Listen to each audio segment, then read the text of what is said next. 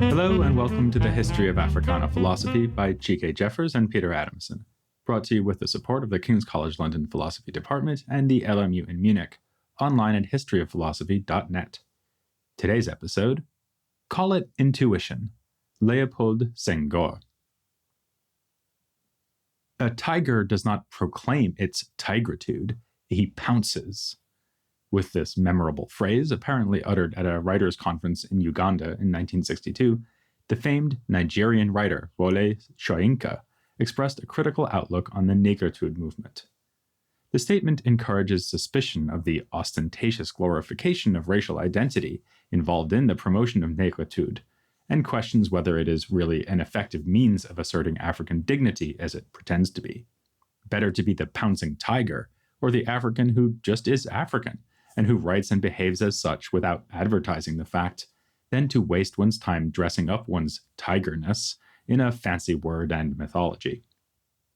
It was just one of many criticisms directed at Negritude as an idea and a movement during its heyday in the 20th century. Many, perhaps most, of these criticisms were directed above all at Negritude as theorized and promoted by Leopold Senghor, the Senegalese poet, president, and philosopher. He was a relentless spokesman for Negritude. Some wish he would have relented just a bit, as they prefer Aimé Césaire's version of the concept. Césaire is often seen as the more politically engaged artist and theorist, wielding Negritude as an anti-colonial weapon, whereas Senghor is accused of having left concrete political struggle to pursue grand metaphysical abstractions. There is some truth in this contrast, though it is also in many ways an exaggeration and distortion, one that may prevent us from seeing how much Senghor and his friend Césaire had in common, from their time together in Paris in the 1930s and onward. In this episode of the podcast, we will concentrate on getting to know Senghor and return to comparing the two next time when we look at Césaire. To understand Senghor's vision of Negritude, it is useful to start where he started, that is, with his birth and childhood in colonial Senegal. Ethnically, Senghor can be counted as Serer. Today, the majority of the Serer people are Muslim, like most other Senegalese, but that was not yet the case when Senghor was born. Many adhered to traditional religion, and there was also a significant number of Catholics. Senghor was raised Catholic, in accordance with his father's beliefs, though his mother, who was of Fulani heritage, was apparently Muslim. The family name, Senghor, is thought to be Portuguese in origin, leading Senghor to suspect at times that he might have been of Portuguese heritage. Meanwhile, Senghor's paternal lineage was not simply Serer, but also Mandinka. Among the strongest influences on Senghor during his childhood was his uncle, Toko Wali, his mother's brother. In Senghor's poetry, Toko Wali seems to be presented as neither Christian nor Muslim, but in touch with the invisible forces of nature in a traditional animist manner. Already we can see in Senghor's earliest formation a comfort with diversity, a familiarity with, and connection to, various religious paths and ethnic backgrounds, combined with a sense of being rooted in a distinctively indigenous African outlook. The next important ingredient in his formation was his education, which exposed him to Wolof, the most commonly used African language in Senegal, and also naturally to French. When he went to secondary school in the capital, Dakar, he initially aimed to become a priest. Blocked in this aspiration, he changed schools and was greatly successful in his studies, concentrating in fact on philosophy. It was in 1928 that he left Senegal for Paris, where he attended preparatory classes at the Lycée Louis le Grand, and got a degree in letters, specializing in French, Greek, and Latin from the Sorbonne. He was the first Black African to receive a government scholarship for university study in the humanities in France. In 1935, he added a second first, becoming the first African to obtain an agrégation, the highest qualification for teachers in the French system. Césaire arrived in Paris in 1931, and their lifelong friendship thus dates from that year. They opened up new worlds to each other. Césaire once summed up the impact of becoming friends with Senghor in this way: "In meeting Senghor, I met Africa." Along with Césaire's friend from high school, Damas, they began to learn about the Harlem Renaissance, memorizing the poetry of its luminaries and cherishing books like The New Negro. As discussed last time, The salon at the home of the Nardal sisters and the Revue de Monde Noir had a great impact upon them, and in 1935 they published the first issue of L'Étudiant Noir. Senghor also began writing poetry during his time in Paris. A poem dating from 1936, Les Portraits, includes his first use of the word Negritude, so recently invented by Césaire. We will learn more about the fruits of their unique collaboration soon enough, but for now let us leave Paris for a moment and take a trip back to Senegal with Senghor in September of 1937. He had been teaching Latin to schoolchildren in the city of Tours, which is southwest of Paris, when he was invited by the Governor-General of French West Africa to make a study of the state of primary education in Senegal. While there, he was also invited to deliver a public lecture at Dakar's Chamber of Commerce. The speech he gave there did much to establish him as a public intellectual. When he later began to selectively collect his prose in a 5-volume series entitled Liberté, or Freedom, this speech was given pride of place as the very first piece, bearing the title The Cultural Problem in French West Africa. Senghor's biographer, Janet Vaillant, helpfully paints the scene: a packed hall full of the colony's most important people, with students crowded in the back, all waiting to hear this most accomplished beneficiary of the French education system. There was, she says, a general sense of anticipation as well as a certain smugness among the French as they settled down to listen to the black Frenchman from Paris. As Senghor opened his remarks, though, he humbly claimed that he came to speak as a Serer peasant. He also warned that he would structure his remarks as a dialogue, in the style of Socrates or Koch Barma. Just as Socrates was a real person who did not write but greatly influenced Greek philosophy, Koch Barma was a sage of the late 16th and early 17th centuries, whose sayings became standard Wolof proverbs. By mentioning these two figures together, Senghor foreshadowed the speech's position on education in French West Africa. It must not seek to turn Africans into French people, yet should acknowledge that the West African context is now also French in its own way. It must be, therefore, Afro-French, and aim at bilingualism, in the strict sense of mastering both French and an African language, but also in a broader cultural sense.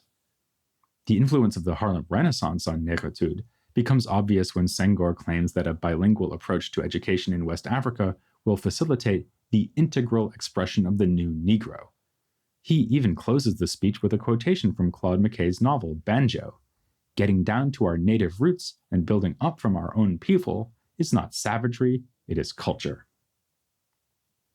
In addition to exemplifying the influences of Negritude, the speech is a fine example of Senghor's lifelong interest in clarifying the conceptual relationships between the notions of race, culture, and civilization.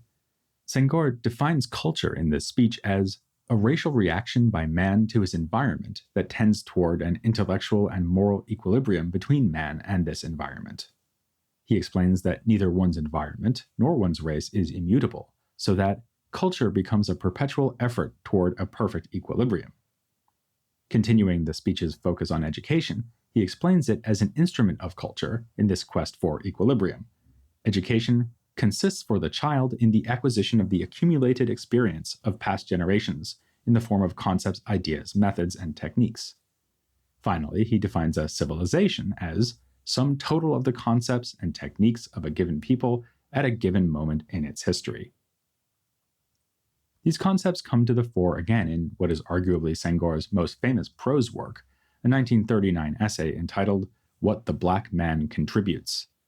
Taking as his topic the culture of Black people, he describes it as having been born of the reciprocal action of race, tradition, and environment, which, having emigrated to America, has remained intact in its style. He treats the disruption of the transatlantic slave trade as removing people from the civilization they knew in Africa, saying that, for them, the civilization has disappeared, forgotten. In light of his previous definition of a civilization as a given set of concepts and techniques rooted in the history of a people, we can take him to be saying that the Middle Passage detached enslaved Africans from various forms of material culture, political customs, languages, and so on.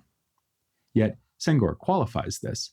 The culture was not extinguished, he says, and slavery, in fact, compensated for the environment and the disintegrating effect of mixture. He suggests, in other words, that tendencies underlying the forms of civilization in Africa, lost to the enslaved, survived this loss, tendencies maintained in part because of the separateness enforced through enslavement, even as the people of the diaspora became a very mixed people. What tendencies does he have in mind? Well, here is our opportunity to confront the line that has made this essay so famous, or perhaps infamous. Senghor ascribes to the Black soul an emotive sensibility, and tries to explain what he means by that with a comparison. Emotion is Negro as reason is Hellenic. This remark has often been decried as a treacherous case of accepting the racist and imperialist depiction of Africans as mindless, passionate savages, in contrast with calmly rational and thoughtful Europeans. It was important to Senghor to combat what he saw as a misunderstanding of his point. Thus, he later rephrased the point by distinguishing between two types of reason. For example, in his 1956 essay on Negro-African aesthetics, he wrote, "The Negro is not denuded of reason, as some have wanted to see me as saying, but his reason is not discursive, it is synthetic. It is not antagonistic, it is sympathetic. It is an alternative mode of knowledge. Negro reason does not impoverish things, it does not mold them into rigid forms, eliminating the juices and the sap. It flows in the arteries of things. It feels out their contours in order to lodge itself in the living heart of the real. European reason is analytic through utilization. Negro reason is intuitive through participation." And certainly Senghor's claim should not be dismissed without first considering his argument. If you simply assume that what Senghor calls analytical reason is the real or superior form of reason, then Senghor will retort that you are being closed-minded about which ways of knowing are valid and effective and which are not. Besides, there are reasons to doubt the value of analytical reason, which are given in the longer quote I just read out. Senghor describes this kind of reason as being antagonistically geared towards utilizing its object. By contrast, intuitive reason seeks to participate sympathetically with its object. Clearly, he here connects scientific reason as it developed in the West with the imperial project of conquering and exploiting non-Europeans. So intuitive reason is by no means inferior, but in fact ethically admirable. But let's look more closely at the way the contrast was drawn in his earlier essay, What the Black Man Contributes. In his book on Senghor, Suleiman Bashir Diagne, who appeared as a guest on this podcast back in episode 14, provides us with a few ways of reframing the offending line. For one thing, he points out, Senghor's poetic side is on show here. The original French, l'émotion est nègre comme la raison hellène, is in fact an alexandrine, the classic French poetic meter that divides 12 syllables into two groups of 6, broken up by a pause. And artistry comes out as an explicit theme, not just in Senghor's writing, but in the essay as a whole. For Diagne, the essay builds towards a final section about African art. There, Senghor claims that African sculpture can be grasped only by appreciating its rhythm, which he calls the ordering force that constitutes Negro style. Surprisingly then, Senghor emphasizes the role of rhythm in sculpture more than he does when it comes to music and dance. As Diagne shows, Senghor was strongly influenced by a book called Primitive Negro Sculpture, which compared African sculptures with Greek statues. The authors, Paul Guillaume and Thomas Monroe, contrasted the Greek focus on aesthetic human form with the play of line and shape in traditional African sculpture, which achieves a sort of visual music.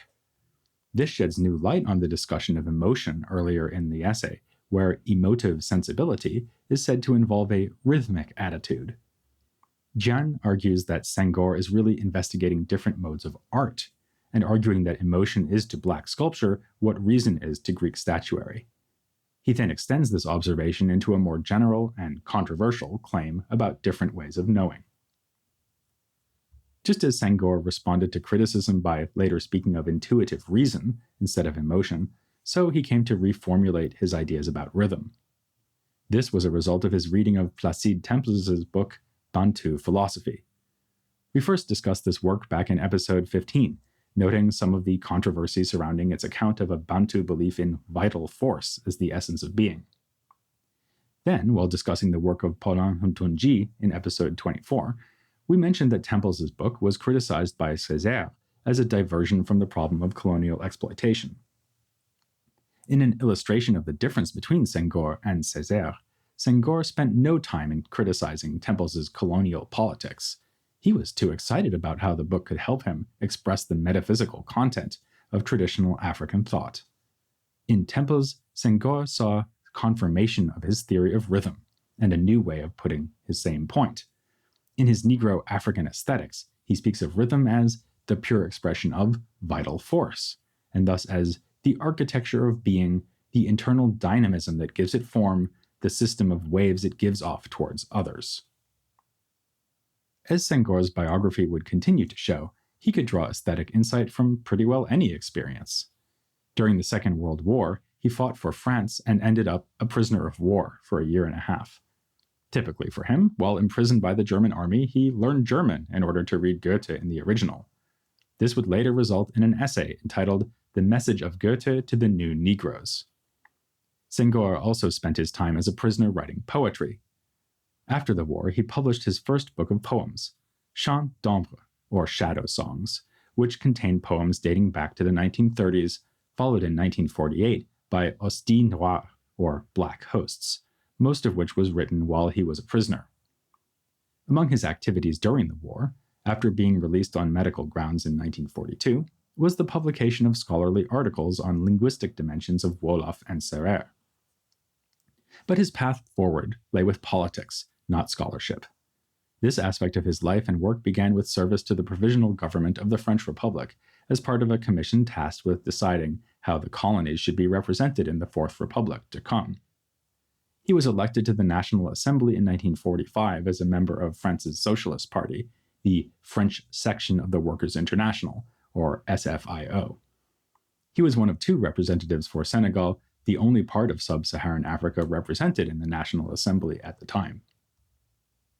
Gary Wilder's book, Freedom Time, Negritude, Decolonization, and the Future of the World helpfully brings out the importance of the political visions of Senghor and Césaire during this time. Césaire was elected to the National Assembly at the same time as his Senegalese friend, though he represented Martinique as a member of the French Communist Party rather than the Socialists. Wilder argues that they sought decolonization, but not through seeking the creation of independent states. Instead, in a vision that has been forgotten and that we may find hard to imagine from our current vantage point, they sought to turn France into a decentralized democratic federation that would include former colonies as freely associated member states. This form of political integration would bring about the end of colonialism, not by achieving independence from France for the colonies, but rather, as Wilder puts it, by choosing to reconstitute France itself, by quietly exploding the existing national state from within. This vision was already implicit in a comment Senghor made in The Cultural Problem in French West Africa, back in 1937. He said at that time, "Let us work to make the West African politically a French citizen, but culturally?" With this rhetorical question, he opposed cultural assimilation but sought civic equality, which would require eliminating the existing distinction between citizens of France and her colonial subjects. Once he locked on to his democratic federalist idea of the French Union while serving in the National Assembly, he held on to it tightly and for as long as he could. He held on to it while leaving the SFIO to form a new party, the Senegalese Democratic Bloc, whose initials in French are BDS. He held on to it while beginning to develop his distinctive notion of African socialism in essays like Marxism and Humanism, and in his various reports at the annual party congresses of the BDS. For Senghor, African socialism requires opposing the atheism of orthodox versions of Marxism because of the need to accommodate the foundational value of African religiosity. African socialism also involves building upon the communalism of traditional African societies rather than the collectivism of European communism. Senghor argues in one of his longest reflections on African socialism that European collectivism involves a union of individuals, while African tradition involves the communion of persons. The distinction here between individuals and persons is one that Senghor first made in What the Black Man Contributes, but he develops it considerably in this later writing, arguing that the individual is the man who, as in Europe, distinguishes himself from others and claims his autonomy in order to assert himself in his irreducible originality. The person of communal society no less claims his autonomy in order to assert himself as a being. It is just that he thinks, he cannot develop his potentialities, his original being, except in and through society, in unity with all the other members of the social group, with all men, indeed, with all other beings of the universe, God, animal, tree, or stone. Unfortunately, at least for Senghor, by the time of this 1960 speech to the youth of the PFA, the Party of the African Federation, his dream of what the French Union could be had to be left behind. During the 1950s, it became increasingly clear that independence would be necessary if African goals of advancement were to be achieved. Senghor fought hard to avoid the problem of balkanization, the splitting of French West Africa into smaller and smaller territories. By May of 1960, when Senghor gave that speech on African socialism, Senegal was part of what was called the Mali Federation, formed of the colonies of Senegal and what had been known as the French Sudan. The Mali Federation gained independence of June of 1960, but tensions boiled over between its two constituents, and by August, Senegal declared its own independence, seceding from the Federation. This is why what was once known as the French Sudan is today the country of Mali. August of 1960 was thus the beginning of Senghor's 2 decades as president of Senegal. He resigned from this role on December 31, 1980, a significant event during a period of Africa's post-colonial history in which peaceful transfers of power were not the norm. Without getting into the good and bad of his political career during this time, we can say that throughout he maintained his devotion to poetry and continued to offer interesting philosophical perspectives in his prose. Central to his intellectual project, as we've indicated before, was the task of defining Negritude. This became an increasing interest of his, especially after 1948, because it was then that the word got a newly significant boost into the consciousness of the reading public. That year, the same year he founded the BDS, Senghor edited a collection entitled Anthology of New Negro and Malagasy Poetry in French. It featured him, Césaire, and Damas, of course, but also 13 other poets, representing Martinique, Guadeloupe, Haiti, Senegal, and Madagascar. It also featured a preface written by France's most important philosopher of the time, Jean-Paul Sartre. Entitled Black Orpheus, it contained the bold claim that Black poetry in the French language is, in our time, the only great revolutionary poetry. Sartre's preface served to bring Negritude unprecedented attention. It was controversial for a number of reasons, some of which we will explore when we come to consider Frantz Fanon's reaction to it. Senghor himself engaged with the preface as he sought to define and redefine Negritude. He wrestled with a distinction Sartre draws between objective and subjective Negritude. Sartre characterizes Negritude as involving, for the Black person, a process of discovering and at the same time becoming what he is.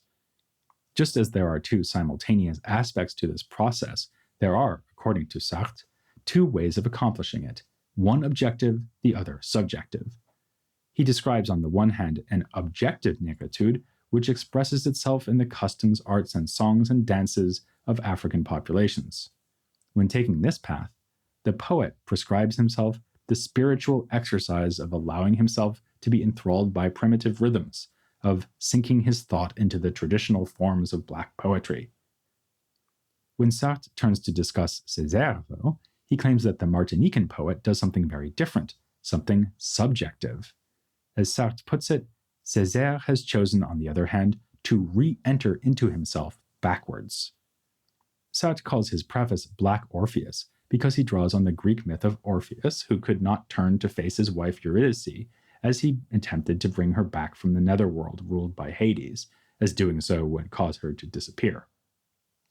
He describes Césaire's surrealistic poetic practice as a descent into the soul, with eyes closed and back turned. Indeed, much of what Sartre appreciates about Negritude seems rooted in his appreciation of Césaire's subjective Negritude. Sartre claims, for example, that Negritude is not a state, nor a definite sum of vices and virtues, or intellectual and moral qualities, but a certain affective attitude in relation to the world.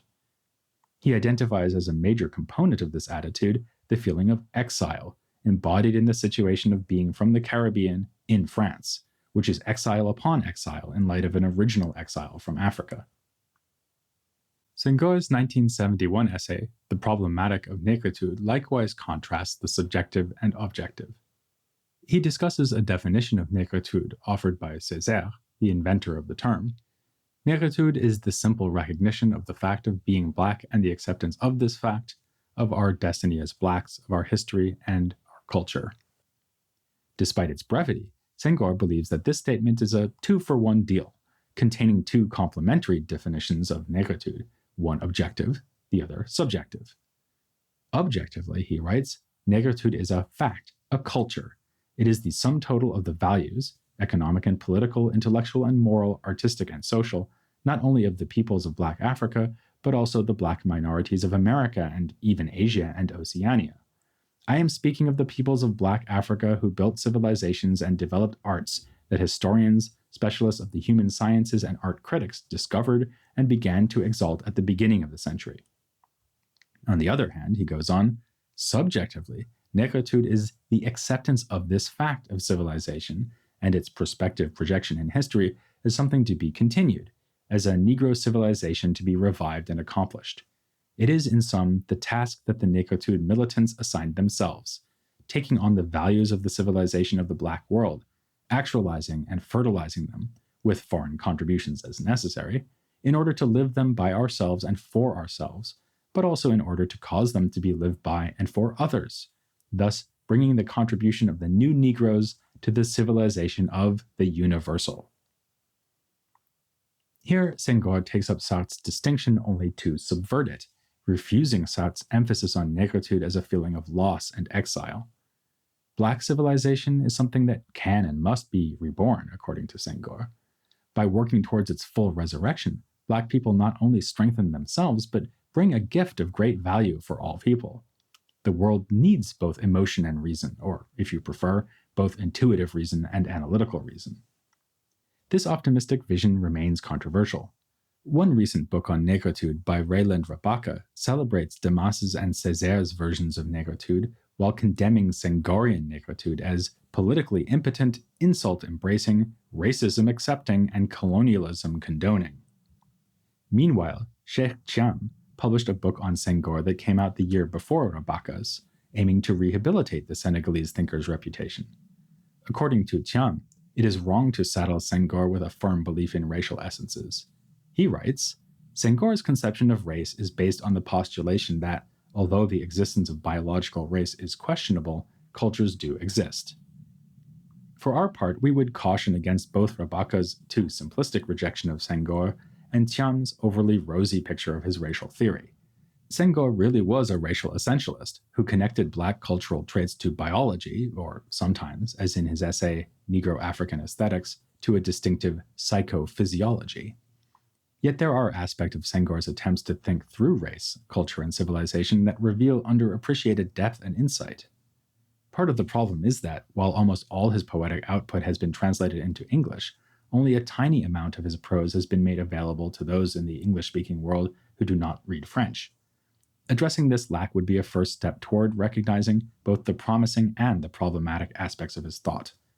This is also true, although to a lesser extent, for Césaire, who has come up so often in this episode that it may seem like yet another two-for-one deal.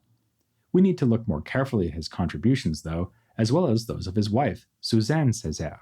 So get ready for two Césaires for the price of one in the next episode of The History of Africana Philosophy.